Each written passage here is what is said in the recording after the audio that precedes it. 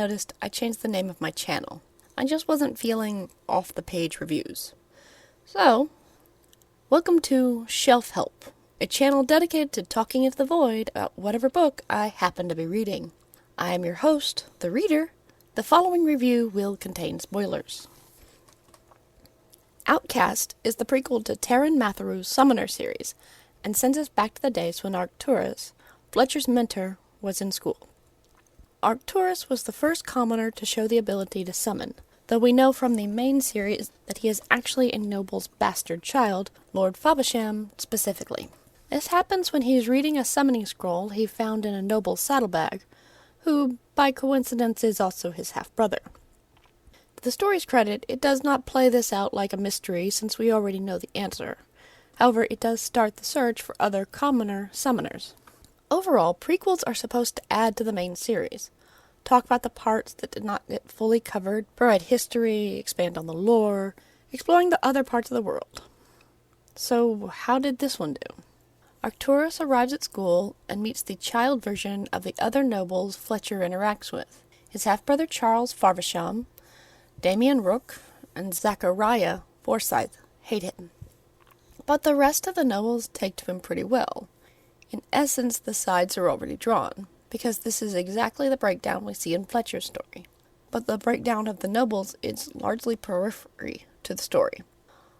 On their first free weekend, Edmund, the noble who will later be Fletcher's father, invites Arcturus on a hunting trip. But it's quickly cut short when rebels attack in an attempt to capture the young nobles for ransom. With Edmund's parents out of town, and with them most of the bodyguards, the kids are forced to slip away through a secret tunnel into the orc jungle. Sort of an out-of-the-fire, but still-in-the-frying-pan situation. With the rebels still on their heels, the group splits up, hoping to improve their odds of escape. Arcturus goes with Edmund, Alice, Elaine, and a soldier named Roder. They promptly get lost in the jungle. The journey to get home takes up the majority of the book. They sneak through orc territory while trying to avoid both the pursuing rebels and orc patrols. They have an encounter with Mother, an orc Fletcher met who lives with the gremlins, and Baby Khan. They also get a glimpse of orc life, including the capture of young males and the women left in the village. They eventually win their way back to Homenum, only to find the country is in full-blown rebellion. The Volcan Academy has become the rebel home base, and the nobles have fallen back for a last stand in the capital. Arcturus' status as the country's only commoner summoner puts him in the unique position to save them all. This story is pretty good. It's got action, adventure, political intrigue, but I do have a few questions. Why is the title Outcast? I expected Arcturus to be rejected outright by all the noble children and have to prove himself worthy to be a summoner of equal standing. However, the majority of the nobles have no problem with him and even invite him along to go hunting. This would have been a more interesting story if he had had to prove himself. What is the purpose of the tunnel? Besides the plot elements of letting the kids escape the rebels, and later to let the orcs in to murder Fletcher's parents, what does it do? Why have a tunnel built that leads directly into enemy territory? As shown in this story, it's not really good for moving large numbers of troops through, and it ends in a random part of the jungle with no indication which way home is. There is also another incident of dumb actions by people who should know better. At one point, Arcturus and some of the nobles are being escorted back to the Volcan's Academy by a group of soldiers. The academy is a literal castle, complete with moat, drawbridge, and arrow-slit windows. They are in the middle of a military coup. The capital is in flames. The peasants are rioting.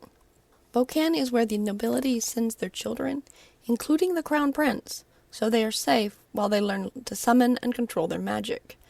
And the drawbridge is down. These military-trained kids and their military escort walk right in. Really? Really? I get that certain characters need to be in certain places to serve the plot, but there are better ways to get everyone in place than by throwing all logic and training out the window. Because the plot says so is not an excuse. So how did this hold up? As a story in its own right, it's a lot of fun. As a prequel, it's just kind of there. Nothing new is learned about the world. I don't feel like I could read the series again in a new light. The nobles have already taken sides, and there is no crossover. It might have been interesting if Prince Harold had been set to follow in his father's footsteps, but his time with Arcturus changed his views. We get to see the origin of Mother and Khan, but to what end? Mother told her story in Inquisition, and this telling does not vary in any significant way.